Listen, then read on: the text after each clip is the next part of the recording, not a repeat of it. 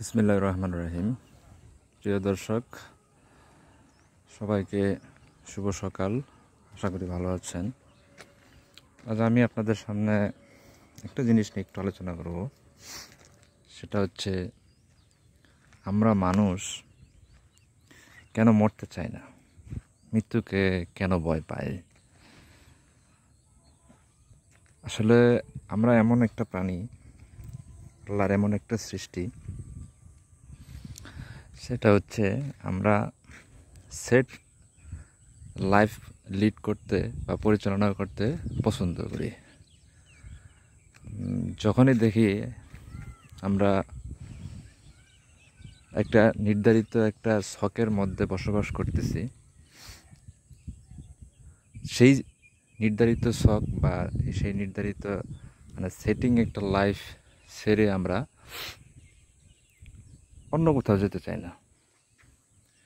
এটাই হচ্ছে আমাদের মৃত্যুকে ভয় করার একটা অন্যতম কারণ, আমি যেটা মনে করি। এই যে দেখেন, কিছু লোক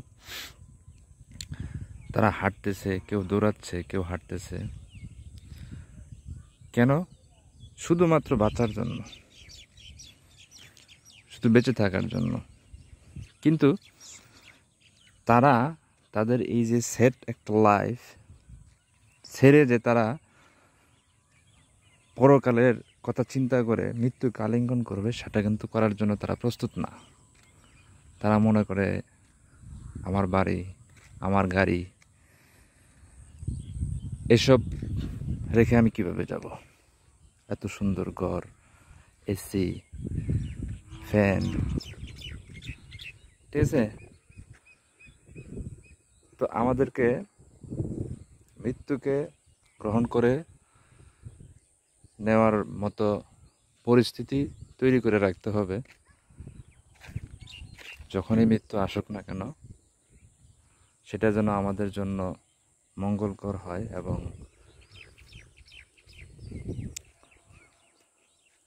নেক হায়াতের সাথে হয়, সেই কামনা করে। আসসালামু আলাইকুম।